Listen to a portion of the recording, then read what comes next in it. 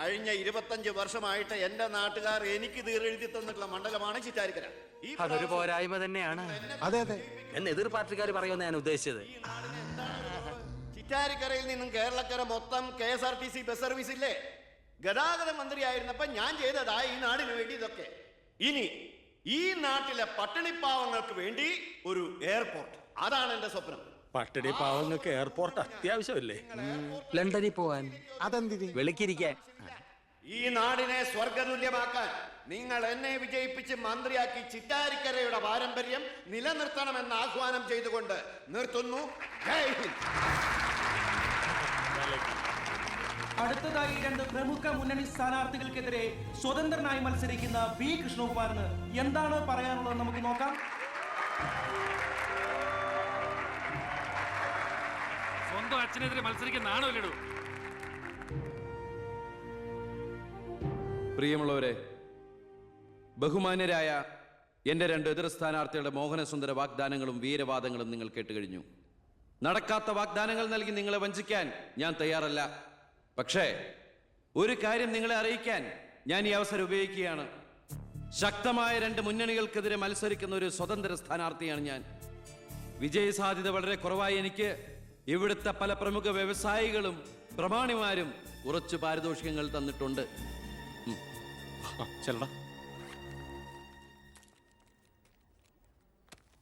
ഇത് 5 ലക്ഷം രൂപയുണ്ട്. നമ്മുടെ മുന്നിലിരിക്കുന്ന നന്മ നിറഞ്ഞ ശ്രീ ചാണ്ടിച്ചൻ സംഭാവനയായി തന്നതാണ് ഈ തുക. ഇത് 3 ലക്ഷം വ്യവസായ പ്രമുഖൻ കോശിയുടെ വക. ഇത് 2 ലക്ഷം അബ്കാരി നമ്പീശന്റെ വക. ഇത് 1 ലക്ഷം കോൺട്രാക്ടർ സരസന്റെ വക. വിജയ സാധ്യത ഒട്ടുമില്ലാത്ത എനിക്ക് ഇത്രയൊക്കെ കിട്ടിയിട്ടുണ്ടെങ്കിൽ വിജയത്തിന്റെ തൊട്ടടുത്ത് നിൽക്കുന്ന എന്റെ എതിർ സ്ഥാനാർത്ഥികൾക്ക് എത്രയൊക്കെ കിട്ടി കാണും. ഈ ചിറ്റാരിക്കരയുടെ അഭിമാനമായ സന്മനസ്സുള്ള ചാണ്ടിച്ചൻ പറയണം, താങ്കൾ എത്ര രൂപ സംഭാവനയായിട്ട് കൊടുത്തു എന്ന്. ആ നല്ല മനസ്സ് ജനങ്ങളൊക്കെ ഒന്ന് അറിയട്ടെ എന്ന്. ജനാർദ്ദനം പിള്ളയ്ക്ക് 10 ലക്ഷം, മേനോൻ സാറിന് 20 ലക്ഷം അല്ലേ? സത്യമാണ്, നുണ പറയല്ല. പണം പിടിച്ചോ. Thank you Chandichan. കർത്താവ് തരുന്നു, ഞാനത് കൈനീട്ടി വാങ്ങിക്കുന്നു. എങ്ങനെയുണ്ട്? ടിവിയിൽ വരുക കേട്ടല്ലോ. ഇതുപോലെ എത്ര ലക്ഷങ്ങൾ ഇവരുടെ കൈകളിൽ എത്തിക്കാണും. അതിവിടെ വെളിപ്പെടുത്താൻ ഈ സ്ഥാനാർത്ഥികൾ തയ്യാറാണോ?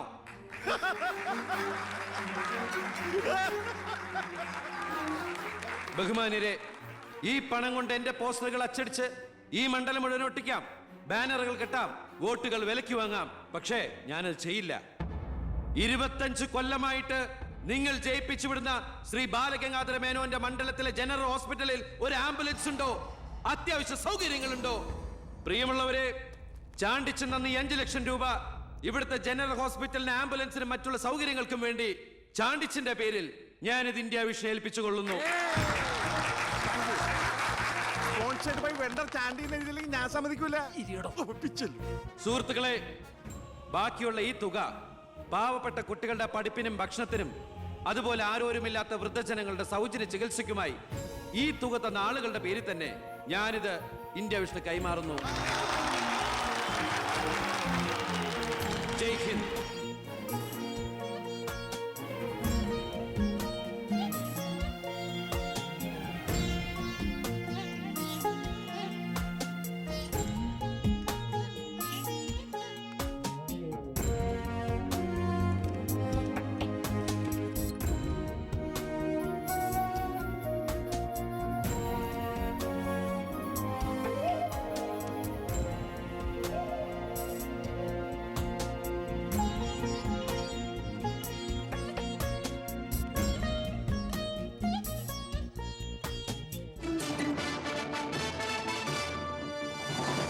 പന്ത്രണ്ടാം നിയമസഭയിലേക്ക് നടന്ന വാശിയേറിയ തെരഞ്ഞെടുപ്പിൽ 72% വോട്ട് രേഖപ്പെടുത്തി.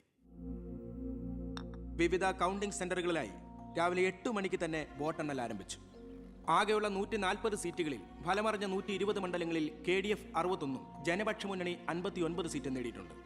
കേരളത്തിലെ മുന്നണി സമവാക്യങ്ങളെ അട്ടിമറിക്കാൻ പോകുന്ന പുതിയൊരു രാഷ്ട്രീയ ധ്രുവീകരണത്തിനുള്ള സാധ്യതയാണ് ഇപ്പോൾ നമ്മുടെ മുന്നിലുള്ളത്. ഒരുപക്ഷെ കേരളത്തിലെ അടുത്ത മന്ത്രിസഭ ഒരു തൂക്ക് മന്ത്രിസഭയായിരിക്കും.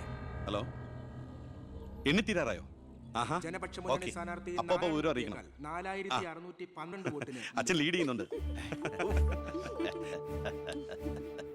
അടുത്ത CM അച്ഛൻ തന്നെ. ഇപ്പോൾ കിട്ടിയ വാർത്ത, പുതുശ്ശേരി മണ്ഡലത്തിൽ KDF സ്ഥാനാർത്ഥി തൊമ്മൻ ചാക്കോ 4000 വോട്ടുകൾക്ക് വിജയിച്ചു. ഇത്തവണയും ഭരണം ലഭിച്ചാൽ KDFൽ മുഖ്യമന്ത്രിയാകാൻ സാധ്യതയുള്ള ആളാണ് തൊമ്മൻ ചാക്കോ. വയനാട് ജില്ലയിലെ സംവരണ സീറ്റിൽ KDF സ്ഥാനാർത്ഥിയും ആദിവാസി നേതാവുമായ ശ്രീ പൊറ്റക്കുഴി ചെല്ലപ്പൻ തെരഞ്ഞെടുക്കപ്പെട്ടു. ഇപ്പോൾ കിട്ടിയ വാർത്ത, ചിറ്റാരിക്കര മണ്ഡലത്തിലെ വോട്ടെണ്ണൽ പൂർത്തിയായി. സംസ്ഥാനം ഏറെ ഉറ്റുനോക്കിയ മണ്ഡലമായിരുന്നു ചിറ്റാരിക്കര. മുൻ മന്ത്രിയും KDF സ്ഥാനാർത്ഥിയുമായ ശ്രീ ബാലഗംഗാധര മേനോൻ മുന്നിട്ട് നിന്നിരുന്നുവെങ്കിലും ഇപ്പോൾ 3ാം സ്ഥാനത്തേക്ക് പിന്തള്ളപ്പെട്ടു. ഇരു മുന്നണികളെയും പരാജയപ്പെടുത്തി സ്വതന്ത്ര സ്ഥാനാർത്ഥി P. കൃഷ്ണകുമാർ വിജയിച്ചിരിക്കുന്നു. KDFന്റെ സജീവ പ്രവർത്തകനും യൂത്ത് വിങ്ങിന്റെ ജില്ലാ സെക്രട്ടറിയുമായിരുന്ന കൃഷ്ണകുമാർ തെരഞ്ഞെടുപ്പ് പ്രഖ്യാപന വേളയിലാണ് രാഷ്ട്രീയ അഭിപ്രായ ഭിന്നതയെ ചൊല്ലി സ്വതന്ത്രനായി മത്സരിക്കാൻ തീരുമാനിച്ചത്.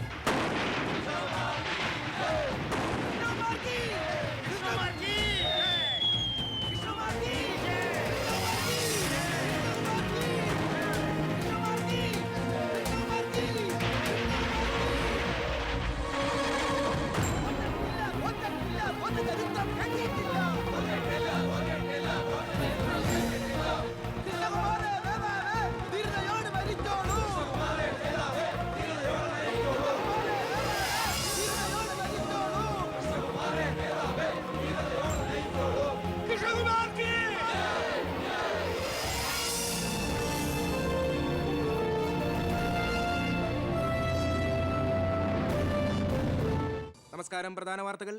തെരഞ്ഞെടുപ്പ് ഫലം പൂർത്തിയായപ്പോൾ വ്യക്തമായ ഭൂരിപക്ഷം ആർക്കും ലഭിക്കാത്തതിനാൽ കേരള രാഷ്ട്രീയം അനിശ്ചിതത്വത്തിൽ. ഇരു മുന്നണികളും സജീവ ചർച്ചയിലാണ്. കഴിഞ്ഞ തവണ 100 സീറ്റ് നേടിയ മുന്നണിയാ, ഇത്തവണ അത് 70 സീറ്റിൽ ഒതുങ്ങി. അത് നിങ്ങളുടെ ഭരണത്തിന്റെ നേട്ടാ. അത് നിങ്ങൾ കാലുവാരി കൊണ്ട് സംഭവിച്ചതാ. ഇങ്ങനെ പരസ്പരം പഴിയാരാതെ ഇനി എന്ത് വേണമെന്നാണ് ആലോചിക്കേണ്ടത്. എന്തൊക്കെ പറഞ്ഞാലും മുഖ്യമന്ത്രി രാജിവെക്കണം. രാജിവെക്കാൻ ഇവിടെ ആരും മുഖ്യമന്ത്രി ആയിട്ടില്ലടോ. നമുക്ക് ഇവിടെ ഭരിക്കാൻ പറ്റുമെന്ന് ഒരു തീരുമാനമായിട്ടില്ല. എന്തായാലും 69 സീറ്റ് വെച്ച് പ്രതിപക്ഷത്തിന് മന്ത്രിസഭ ഉണ്ടാക്കാൻ പറ്റില്ല. പക്ഷേ കൃഷ്ണകുമാർ നമ്മളോടൊപ്പം നിന്നാലേ നമുക്ക് ഭരിക്കാൻ പറ്റൂ. എന്നാലേ 71 തികയൂ. കൃഷ്ണകുമാർ അതിന് തയ്യാറാവോ? സീറ്റ് കൊടുക്കാത്തതിന്റെ ദേഷ്യം കാണില്ലേ? ഞാൻ ഇതിനെക്കുറിച്ച് അവനോടൊന്ന് സംസാരിച്ചു. അവൻ ഇങ്ങോട്ടൊന്ന് വരാമെന്ന അർത്ഥസമ്മതം മൂളിയിട്ടുമുണ്ട്.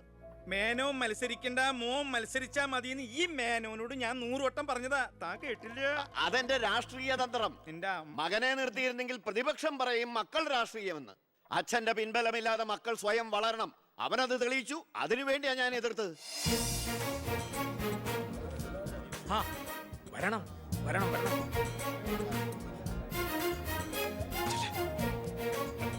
മിടുക്കൻ മിടുക്കൻ. എന്നോട് പിണക്കൊന്നുമില്ലല്ലോ. എന്തിന്? ഇത് പൊളിറ്റിക്സ് അല്ലേ? ഇവിടെ വേണ്ടത് സ്പോർട്സ്മാൻ സ്പിരിറ്റ് അല്ലേ? നീ ഇരിക്കടാ. അങ്ങോട്ടിരിക്കേ. വേണ്ട സാർ. കൃഷ്ണകുമാറിന്റെ പിന്തുണ ഞങ്ങൾക്ക് പ്രതീക്ഷിക്കാമല്ലോ അല്ലേ? ഞാൻ പിന്തുണച്ചാലേ KDFന് മന്ത്രിസഭ ഉണ്ടാക്കാൻ സാധിക്കുമെന്ന് എനിക്ക് നന്നായിട്ട് അറിയാം. ചെറുപ്പം മുതൽ പ്രവർത്തിച്ചു പോന്ന പ്രസ്ഥാനത്തിന്റെ കൂടെ നിൽക്കാൻ എനിക്ക് സന്തോഷമേ ഉള്ളൂ. പക്ഷെ ഒരു ഡിമാൻഡ് ഉണ്ട്. ആഭ്യന്തരം എനിക്ക് കിട്ടണം.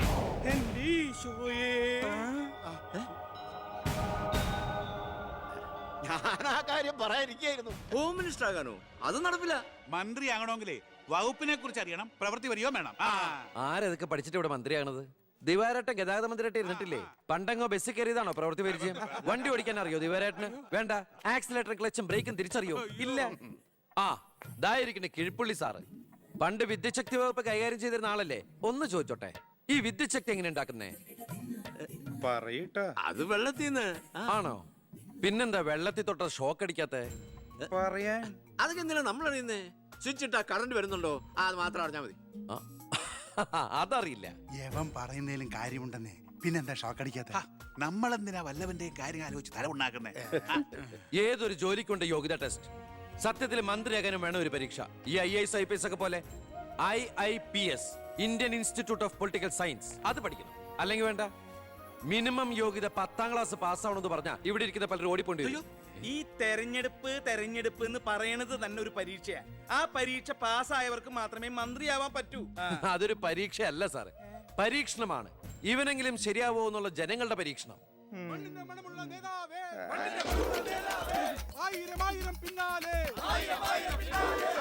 മതി. ഇനി നിങ്ങൾ ഇവിടുന്ന് ജൈവിച്ചോ. ഞാൻ പറയാതെ ആരും നിർത്തരുത്. മണമുള്ള നേതാവേ, ആയിരം ആയിരം പിന്നാലെ. എന്തിനാ ഇങ്ങനെ ഓരോന്നിനെ സൃഷ്ടിക്കണേ?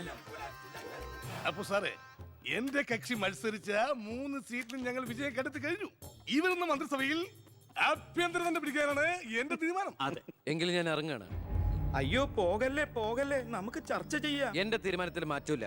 ഇല്ലെങ്കിൽ വീണ്ടും ഒരു ഇലക്ഷൻ നേരിടാൻ അല്ല തയ്യാറല്ല. ഞാൻ പറയുന്നു കേക്ക്. തിരക്ക് വേണ്ട, നിങ്ങൾ സമയം ആലോചിച്ചിട്ട് മതി. എന്നെ ദേ പി- അവൻ പറഞ്ഞതിൽ ഒരു തെറ്റുമില്ല. ആഭ്യന്തരം അവന് തന്നെ കൊടുക്കണം. ആഭ്യന്തരം വിട്ടിട്ട് കാലിരിക്കില്ല. അഭ്യന്തരം എന്ന് പറയാൻ തനിക്ക് എന്ത് യോഗ്യതയാണോ ഉള്ളത്? മന്ത്രിസഭ ഉണ്ടാക്കാൻ അവൻ വേണം. കൃഷ്ണകുമാർ തനിക്കറിയോ? എന്നെ ഒന്നും കൂടെ വന്നേ. അവൻ പണങ്ങി പോയതാണോ? കാര്യം കാണാൻ കഴുതക്കാരും പിടിക്കണം. ഞാൻ ആരുടെ കാല് പിടിക്കണം എന്നാ പറയണേ? തന്റെ കാല് പിടിക്കണോ? തന്റെ മോന്റെ കാല് പിടിക്കണോ? ഞാൻ ആരുടെയും പിടിക്കാൻ തയ്യാറാ. ഒന്നുകൂടെ ആലോചിച്ചിട്ട് പോരെ പക്വതയില്ലാത്ത ഒരുത്തന്റെ കയ്യിൽ ആഭ്യന്തരം കൊടുക്കാൻ. അവന്റെ പിറകിൽ ഞാനില്ലടോ. അവനെ മുന്നിൽ നിർത്തി ഞാൻ ഭരിക്കും. ആരൊക്കെ എന്തൊക്കെ പറഞ്ഞാലും ആഭ്യന്തരം ഞാൻ വിട്ടു തരില്ല. തനിക്ക് കൈയിട്ട് വരാൻ പറ്റിയ ഒരു വകുപ്പ് തന്നാ പോരെ? തരാം. എങ്കിൽ വനം മതി. നമുക്ക് സാവധാനം വെളുപ്പിച്ചെടുക്കാം. അതിന് യോഗ്യതയിലൊന്നും മാത്രം ആരും പറയരുത്. കാരണം ഞാൻ കാടിന്റെ മകനാണ്.